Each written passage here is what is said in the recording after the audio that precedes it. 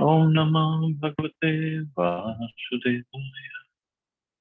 Narayanam Namaskritya Naram Cha Narot Devim Saraswatim Vyasam Swam Devim Saraswatim Vyasam Samjam Udirye Nashtaprasha Badreshu Nityam Bhagavad Sevaya Bhagavati Uttam Shloke Bhakti Bhavati Nashtiki.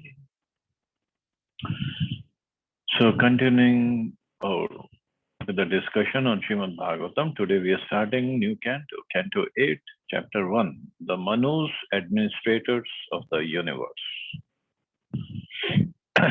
So, Krishna's mercy, Prabhupada's mercy, we are making good progress. Because I remember the 1st or 2nd January, we started 5th canto. So, 5th, 6th, 7th, 3 cantos we have completed in about 8.5 months. That's good progress. So, text 1. Shri Raju Vacha Swayam Bhuvasya Guru Vansho Ayam Vistarachutaha Yatra Vishwasrajam Sargo Manu Nanyanva Dasvahanaha. King Parikshit said, O my Lord, my spiritual master, now I have fully heard from your praise about the dynasty of Swayambhuva Manu. But there are also other Manus, and I want to hear about their dynasties. Kindly describe them to us. Manvantare Harera Janma Karmani Cha Mahiyasaha Grinanti Kavyo Brahmans Tani Novat Shanvatam. O learned Brahman, Shukdev Goswami, the great learned persons who are completely intelligent describe the activities and appearance of the Supreme Personality of Godhead during the various Manvantaras. We are very eager to hear about these narrations. Kindly describe them. The Supreme Personality of Godhead has different varieties of incarnations, including the Guna avatars, Manvantar avatars, Leela avatars, and Yuga avatars, all of which are described in the Shastras. Without reference to the Shastras, there can be no caution of accepting anyone as an incarnation of the Supreme Personality of Godhead. Therefore, as especially mentioned here, Grinanti Kavyaha, the descriptions of various incarnations are accepted by great learned scholars with perfect intelligence. At the present time, especially in India, so many rascals are claiming to be incarnations and people are being misled. Therefore, the identity of an incarnation should be confirmed by the descriptions of the Shastras and by wonderful activities. As described in this verse by the word Mahiyasa, the activities of an incarnation are not ordinary magic or jugglery, but are wonderful activities. Thus, any incarnation of the Supreme Personality of Godhead must be supported by the statements of the Shastra and must actually perform wonderful activities. Parikshit Maharaj was eager to hear about the Manus of different ages. There are 14 Manus during a day of Brahma, and the age of each Manu lasts for 71 yugas. 71 Chatur yugas actually. Thus there are thousands of Manus during the life of Brahma. So Parikshit Maharaj wanted to learn about more Manus. Yadyasmin anantare Brahman Bhagwan Vishwabhavana Kritvan Kurte Karta hi atite ana gate adyava. Okay, and in the previous verse, Prabhupada talked about different incarnations, but they all should be mentioned in the scriptures. It's not, we can make up incarnations. No, it doesn't work like that. So it should be mentioned in the authorized scriptures. Now, these days, people make up incarnations and then they make up their own scriptures. Okay, this scripture says, well, where is that scripture coming from?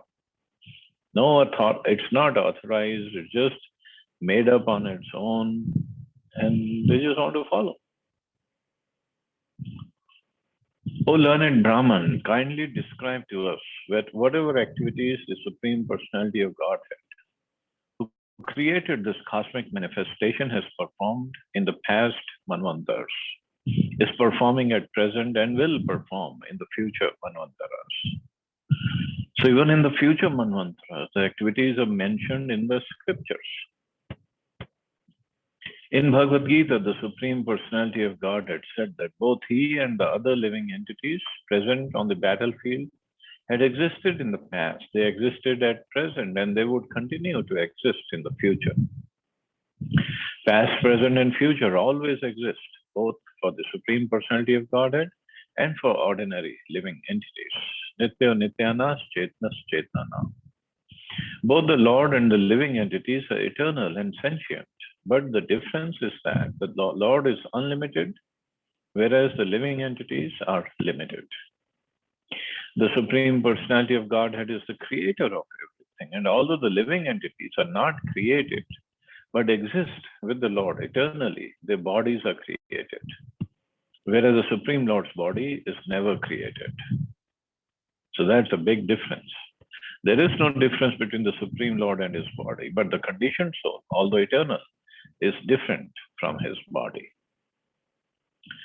So that is why the Supreme Lord, because he doesn't change his body, he remembers everything. And we change our bodies, so we forget. In fact, our bodies are constantly changing. The cells of our body are dying, old cells are dying, and new ones are getting created. So the body is constantly changing, and it is said that in every 7 years, the body completely changes. Means if we look at our pictures, when we were just born, of course, that time the body changes rapidly, up to 7 years. But between 7 and 14, huge change. 14 and 21, again, huge change. 21, 28, big change. And because every 7 years, all the old cells die and the new ones are produced. But when we get old, the old cells start dying, but not the same amount of new cells are being produced. This is how nature works. These are how the laws of nature are established. Text 4. Rishiruvacha Manvo asmin vyatitaha shatkalpe swayam bhuvadayah adyaste kathito yatra devadinam cha sambhava. Shukdev Goswami said, in the present kalpa, there have already been 6 Manus. I have described to you Swayambhuva Manu and the appearance of many demigods. In this kalpa of Brahma, Swayambhuva is the first Manu. So kalpa is the 1 day of Brahmaji. And Shukdev Goswami said there have already been 6 Manus. Why? Because 7th Manu is a Vavasvat Manu, and this is the time period of 7th Manu. And Krishna appears only once in a day of Brahma, when 7th Manu's 28th Dwapar Yuga. So there are 14 Manus, and every Manu rules for 71 Chatur Yugas. So Krishna appears 7th Manu's 28th, towards the end of 28th Dwapar Yuga. And following that Dwapar Yuga, the Kali Yuga, 28th Kali Yuga, is when Chaitanya Mahaprabhu appears and performs his pastimes. And they appear only once in a day of Brahma. So just something to remember. Akutyam devhutyam cha duhitro astasya ve manoho dharma jnanopadeshartham bhagwan putratam gataha. Swayambhuva Manu had 2 daughters named Akuti and Devahuti. From their wombs, the Supreme Personality of Godhead appeared as 2 sons named Yagyamurti and Kapila, respectively. These sons were interested with preaching about religion and knowledge. Devahuti's son was known as Kapila and Akuti's son was known as Yagyamurti. Both of them taught about religion and philosophical knowledge. So this is a common theme for every incarnation. They appear to establish the religion. Dharma sansthapanarthaya sambhavami yuga yuga. That's the main reason. Now, some incarnations annihilate the miscreants or Now, the miscreants could be in the form of ignorance, so they established philosophical knowledge, or then the miscreants could be different demons, asuras, so they killed them. Kritam pura bhagavata kapilasyanuvarnitam Akhyasye Bhagwan Yagyo Yachakar Kurudvaha. O best of the Kurus, I have already described in the third canto the activities of Kapila, the son of Devahuti. Now I shall describe the activities of Yagyapati or Yagyamurti, the son of Akuti. Virakta Kama Bhogeshu Shatrupa Patihi Prabhu Visrajya Rajayam Tapse Sabharya Vanamavishat. Swayambhuva Manu, the husband of Shatrupa, was by nature not at all attached to enjoyment of the senses. Thus he gave up his kingdom of sense enjoyment and entered the forest with wife to practice austerities. As stated in Bhagavad Gita, Evam Parampara Praptam Imam Rajashayo Vidu. The supreme science was thus received through the chain of disciplic succession, and the saintly kings understood it in that way. All the Manus were perfect kings. They were Rajarishis. In other words, although they held posts as kings of the world, they were as good as great saints. Swayambhuva Manu, for example, was the emperor of the world, yet he had no desire for sense gratification. This is the meaning of monarchy. So in democracy, everybody just wants to win the elections and wants to remain in the power by hook or by crook or doing anything or whatever they want to. But here, Swayambhuva Manu, emperor of the world, and he had no desire for sense gratification. This is how they were trained from the very beginning in the scriptures. So until one is trained properly, one is actually not fit to be the leader, to be the king, to be the prime minister or president. But in terms of democracy and in terms of Kali Yuga, everything is topsy-turvy. The king of the country or the emperor of the empire must be so trained that by nature he renounces sense gratification. It is not that because one becomes king, he should unnecessarily spend money for sense gratification. But this is what they do. Unnecessarily spending money which belongs to the public. It's a taxpayer's money. But they just waste it. As soon as kings became degraded, spending money for sense gratification, they were lost. Similarly, at the present moment, monarchy having been lost, the people have created democracy, which is also failing. Now, by the laws of nature, the time is coming when dictatorship will put the citizens into more and more difficulty. That we can see in Afghanistan, what is going on right now. If the king or dictator individually or the members of the government collectively cannot maintain the state or kingdom according to the rules of Manu Samhita, certainly their government will not endure. How long they can rule like that? Someday, some group of citizens, they will get up and they'll shoot them down and then they'll become the king or the leaders. But since they are not trained properly, again, they will also end up doing the same things which their predecessors were.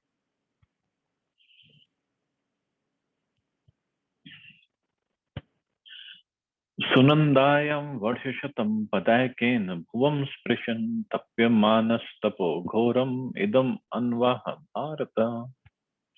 Ocean of Bharat, after Swayambhuva Manu had thus entered the forest with his wife, he stood on one leg on the bank of river Sunanda. And in this way, with only one leg touching the earth, he performed great austerities for 100 years. While performing these austerities, he spoke as follows. Srila Vishwanath Chakravarti Thakur comments that the word Anva means that he chanted or murmured to himself, not that he lectured to anyone. So when it says when he spoke as follows, means he just talked to himself. Shri Manuruvacha yena chetiyate vishvam vishvam chetiyate nasyam yo jagarti shayane asmin ayam tam ved saha. Lord Manu said, the Supreme Living Being has created this material world of animation. It is not that he was created by this material world. When everything is silent, the Supreme Being stays awake as a witness. The living entity does not know him, but he knows everything. There is a distinction between the Supreme Personality of Godhead and the living entities. Nitya Nityanam, Chetnas Chetanam. According to the Vedic version, the Lord is the Supreme Eternal, the Supreme Living Being. The difference between the Supreme Being and the ordinary living being is that when this material world is annihilated, all the living entities remain silent in oblivion, in a dreaming or unconscious condition. Whereas the Supreme Being stays awake as a witness of everything. This material world is created, it stays for some time, and then it is annihilated. Throughout these changes, however, the Supreme Being remains awake. In the material condition of all living entities, there are three stages of dreaming. When the material world is awake and put in work in order, this is a kind of dream, a waking dream. When the living entities go to sleep, they dream again. And when unconscious at the time of annihilation, when this material world is unmanifested, they enter another stage of dreaming. At any stage in the material world, therefore, they're all dreaming. In the spiritual world, however, everything is awake.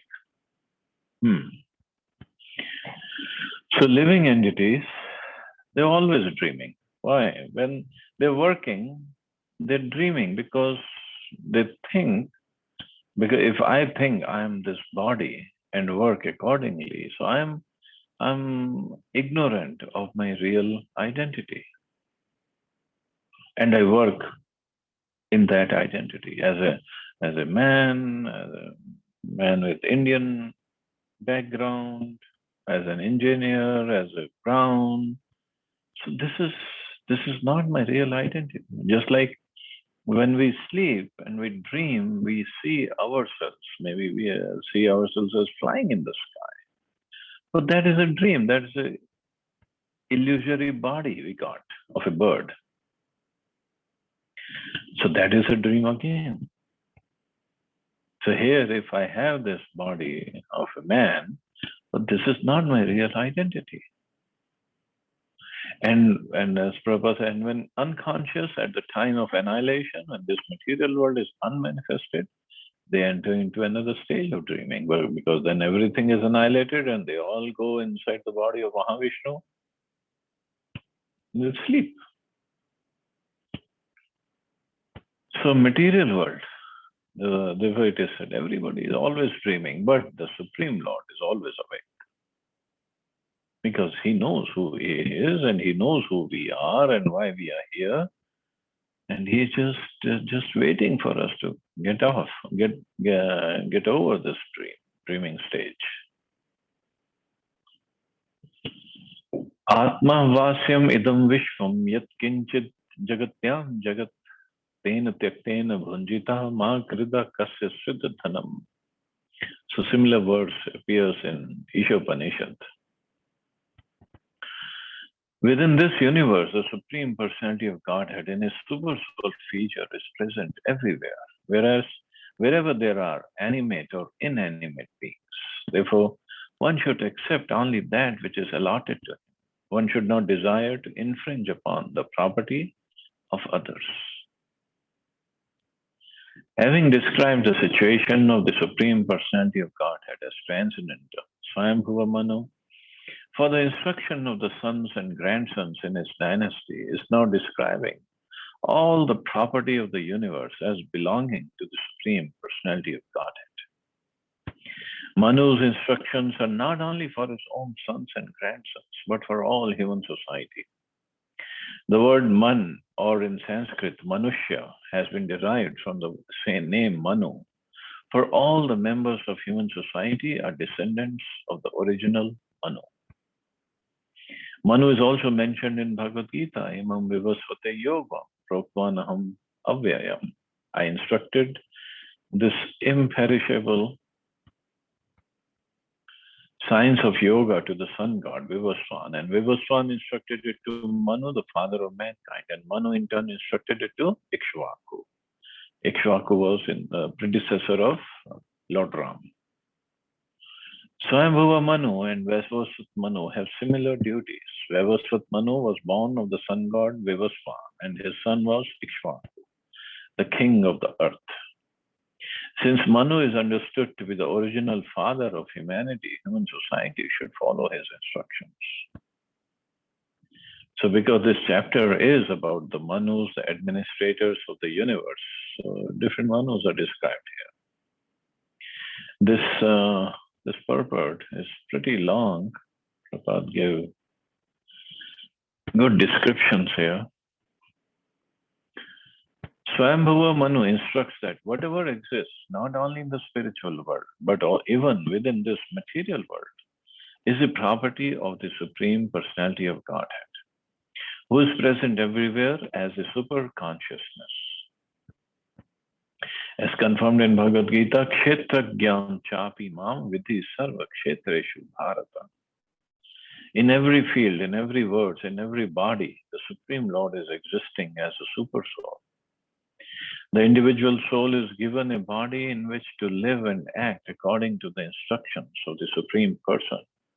And therefore, the Supreme Person also exists within every body.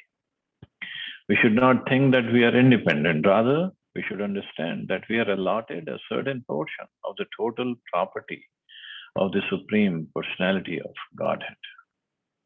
So we are here as individuals, and according to our karmas, we are allotted a certain portion. And that's all belongs to us. We should not be greedy after somebody else's property. This understanding will lead to perfect communism. Communists think in terms of their own nations. But the spiritual communism instructed here is not only nationwide, but universal. Nothing belongs to any nation or any individual person. Everything belongs to the Supreme Personality of Godhead. That is the meaning of this verse. Atma Vasyam Idam Vishwam. Whatever exists within this universe is the property of the Supreme Personality of Godhead.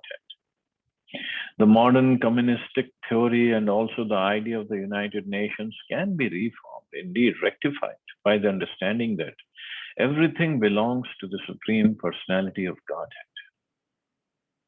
The Lord is not a creation of our intelligence. Rather, He has created us.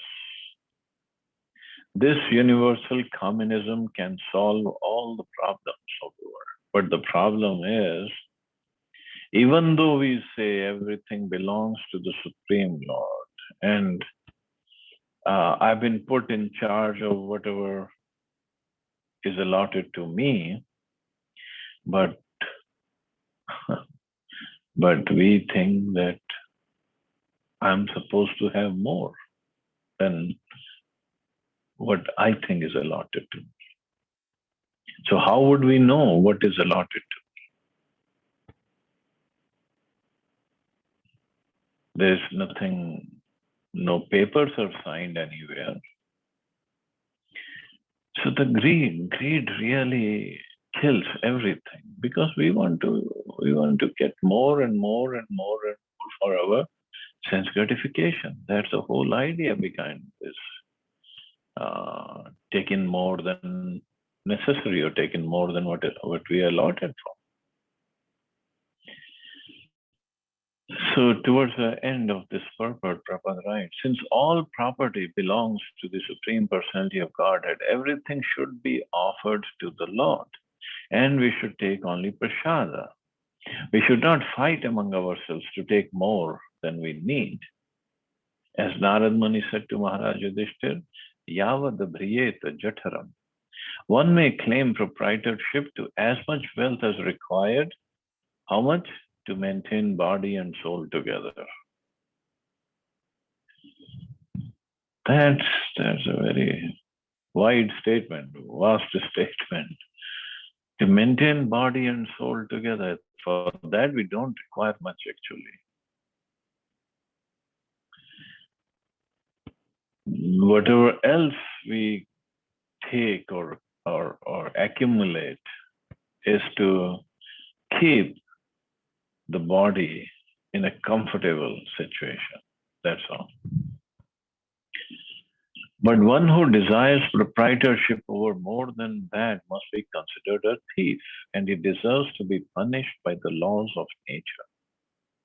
Of course, we need to be maintained in eating, sleeping, mating, and defending. But since the Supreme Lord, the personality of Godhead, has provided these necessities of life for the birds and beasts, why not for mankind? There is no need for economic development. Everything is provided. Therefore, one should understand that everything belongs to Krishna. And with this idea, one may take prasada. However, if one interferes with the allotments of others, he is a thief. We should not accept more than that, what we actually need. Therefore, if by chance we get an abundance of money, we should always consider that it belongs to the Supreme Personality of Godhead. In Krishna consciousness, we are getting sufficient money, but we should never think that the money belongs to us. It belongs to the Supreme Personality of Godhead and should be equally distributed to the workers, the devotees. Hope it happens. No devotee should claim that any money or property belongs to him. If one thinks that any portion or property of this huge universe belongs to anyone, he is to be considered a thief and is punishable by the laws of nature. Devi Hiesha Gunamayi Maya Turatyaya. No one can surpass the vigilance of material nature or hide his intentions from material nature. If human society unlawfully claims that the property of the universe, either partially or wholly, belongs to mankind, all of human society will be cursed as a society of thieves and will be punished by the laws of nature. So we all get punished, and after death, we will get punished. But Krishna is so merciful. Still, he gives us a chance, even though we have taken over his money, his property, and with our greed, we want to have more and more. He still gives us a chance. Sarva dharman parityaja mam ekam sharanam vraja. But if until death we don't learn our lesson, then Yamadutas are there. And they don't forgive anybody. So anyway, we'll stop here. See anybody has any questions or comments.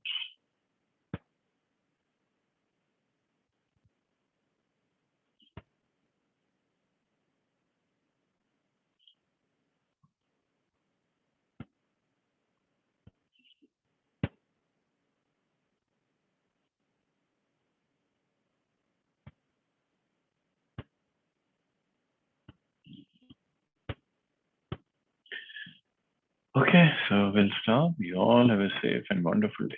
Hare Krishna. Jai Shri Prabhupada. Hare